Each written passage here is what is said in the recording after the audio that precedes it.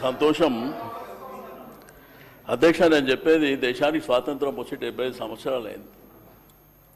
ఇది చేయాలనుకున్నప్పుడు ఈ దేశానికి స్వాతంత్రం తెచ్చిందే మేమన్న వాళ్ళు, ఈ దేశాన్ని 55-60 సంవత్సరాలు పరిపాలన చేసిన వాళ్ళు,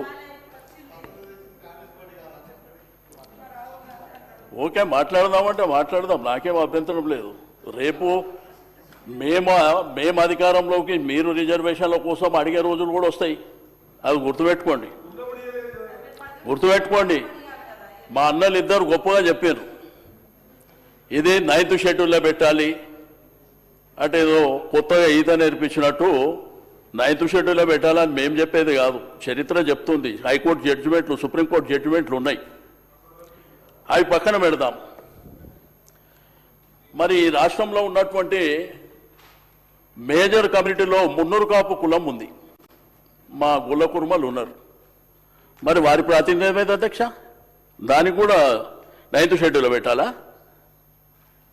9th షెడ్యూల్ పెట్టాలా? మరి 20,000 కోట్లు బడ్జెట్లో పెడతామని చెప్పారు కదా, మరి సంవత్సరానికి 20,000 కోట్ల బడ్జెట్ పెట్టి 1,932 కోట్లు ఫస్ట్ ఇయర్ ఖర్చు పెట్టిండ్రు. మరి దాన్ని ఎవరు చెప్పాలి? ఫీజు రియంబర్స్మెంట్ మళ్ళీ బకాయిలు ఉన్నాయి. రెండోది విదేశీ విద్య, ఆ రోజు కేసీఆర్ గారు ప్రవేశపెట్టినటువంటి ఓర్సీ చదువులు, ఒక స్టూడెంట్కి 20 లక్షలు ఇచ్చేది ఎవరు చేయాలి? రెండోది అధ్యక్ష, చరిత్ర చెప్తే చెరిగిపోదు. ఇక్కడ ప్రధానంగా సమైక్య ఆంధ్రప్రదేశ్ రాష్ట్రం ఉన్నప్పుడు అధ్యక్ష 2 ప్రభుత్వాలు వాళ్ళు 10 సంవత్సరాలలో ఖర్చు పెట్టింది బీసీల మీద 120 కోట్ల రూపాయలు.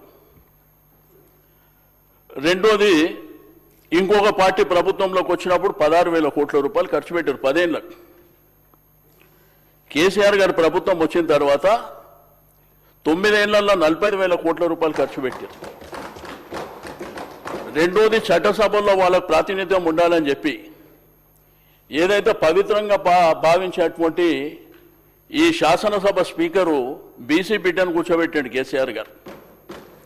శాసన మండలిలో మన సెక్రటరియట్లో మన స్వామిగౌడ్ గారి గురించి మీకు అందరూ తెలుసు, వారిని కూర్చోబెట్టాడు.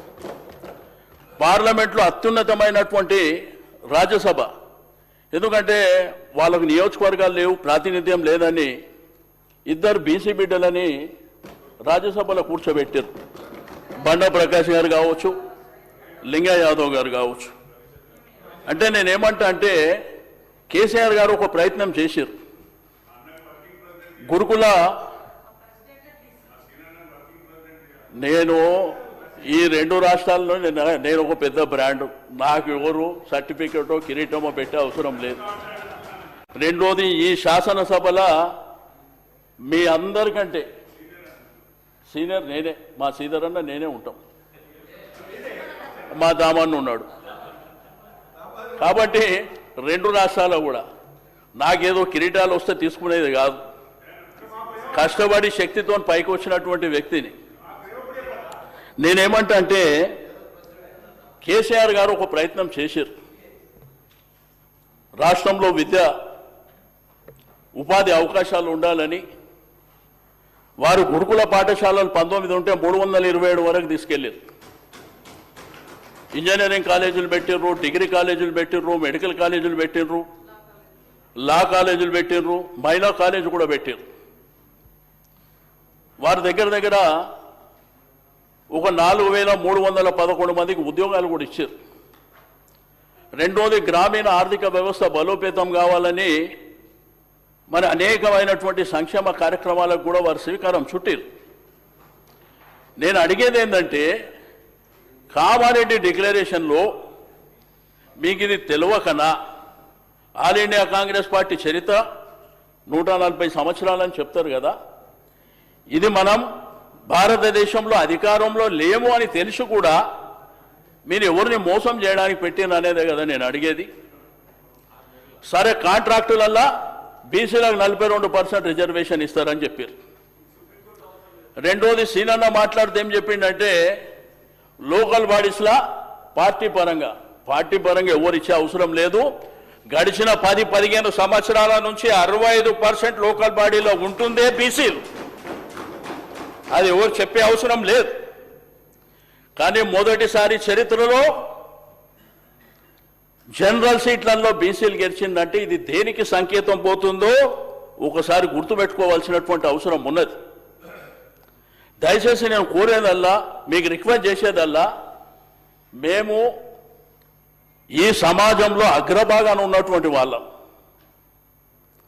మా పాపులేషనే 51%, 56 కులగణన చేసిన తర్వాత దాన్ని 46కు తెచ్చారు.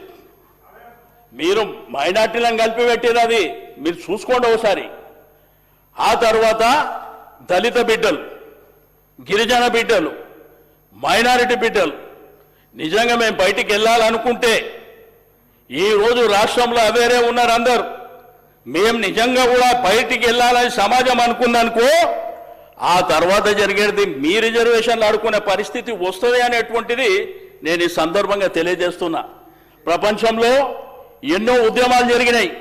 తెలంగాణ ఉద్యమాన్ని మన కళ్ళారా చూసిన వాళ్ళం, మన కళ్ళారా చూసిన వాళ్ళం. కానీ నీతి నిజాయితీగా బతకాలనేటువంటి సంకల్పం ఉన్న వాళ్ళం. నమ్మించి మోసం చేయకండి, గొంతు కోయకండి. మీరు ఏదైతే చేస్తామంటున్నారో అది చేయండి. అదేమో 9th షెడ్యూల్లో జరగదు. మీరు బీజేపీ వాళ్ళని ఎందుకు అన్నారంటే వాళ్ళు హామీ ఇయ్యలే, మీరిచ్చారు.